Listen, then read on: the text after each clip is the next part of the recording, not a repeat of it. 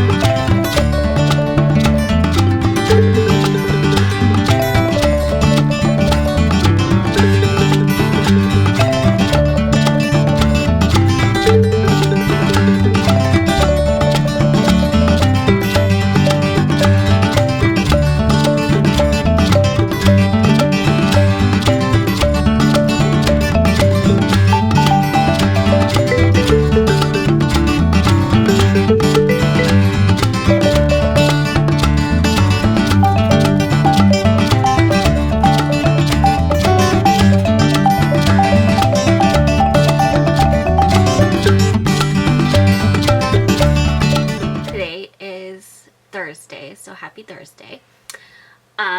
You're not watching this on a Thursday probably, but it is Thursday for me. I have had just kind of a day of getting some stuff done around the house, doing some cleaning. I've been running some laundry, and I've been dealing with my neck thing again. I wanted to give a little bit of an update on that. I haven't talked about it in a while. I don't remember if I updated you guys when I went to the doctor for it. So I went to see the dermatologist that I saw for my scars that did the injections when I got them again. I went back to her when I was dealing with basically what's a cyst right underneath my neck scars, or my neck scar, it's just this side, to see what she thought about it. And she then referred me to a head and neck surgeon for him to look at it and see what he thought about doing surgery on it. And he said definitely there's risk of, since it's right underneath this scar, it would be extending the scar at least. It wouldn't be worsening what's there, it would be extending it. And then I did also talk to him about like what chances of success is there if I try to have him just remove the scars while they're removing the cyst. And he said he wasn't super confident in it not just reoccurring. And I have heard of cases where it's come back worse than the first time. But at the same time, if I have to have surgery to remove the cyst, it might be worth trying. Just to see how it would do. And the dermatologist did tell me that the cyst, if it didn't just go dormant and stop coming back on its own, the only way to stop it is to have it removed, so is to have surgery. I'm extremely nervous at the idea of having surgery here again. I don't want to, but it keeps coming back into my head because this is the 6th time this has happened, I think, where it's re-inflamed. It's not bad right now, it's just in the beginning stages of like being irritated, so I'm not sure if it's gonna get to the full point it was at before or not. It does every time it comes back though. I'm like, oh, dang it. I was hoping it was gonna just stay away and go away this time. But I've been dealing with that, so like I iced it this morning for a little bit. I probably need to again. And it usually feels better for a bit after I ice it. A warm compress does, I think, make it feel the best. But it felt so tight that I wanted cold on it. So, I don't know. I just thought I'd give you guys that update and show you I'm dealing with this. It's made me think about my scars, and kind of how I feel about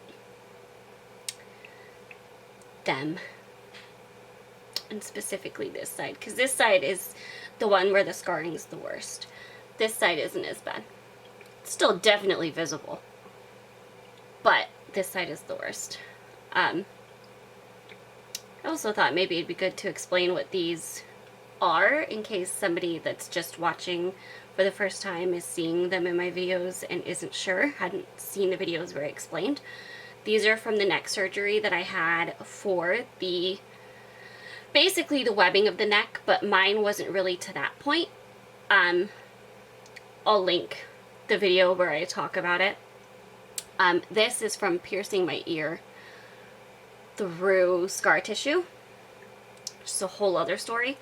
This one he was actually pretty confident he could just remove and it wouldn't come back. He was pretty certain it was an isolated incident, which I was happy about because that would be nice. I don't know, you guys. It's conflicting. I don't know.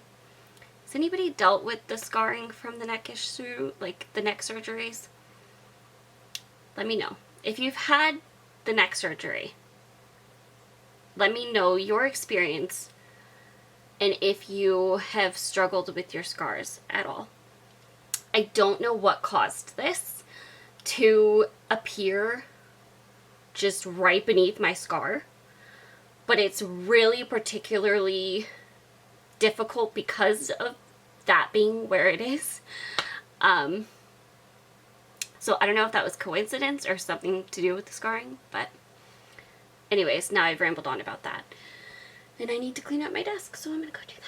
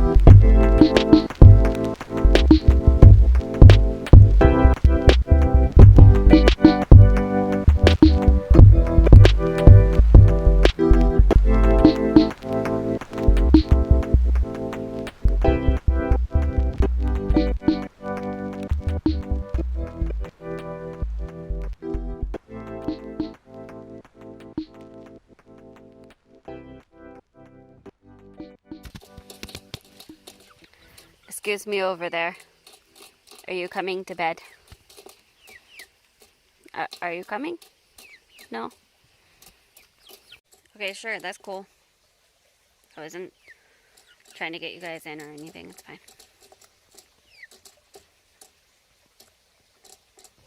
See, everybody else is inside happily getting food and water. You coming? Oh, shake. Come in.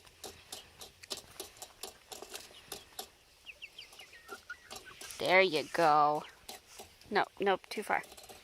There you go. Good job. Okay. All the way in. All the way in.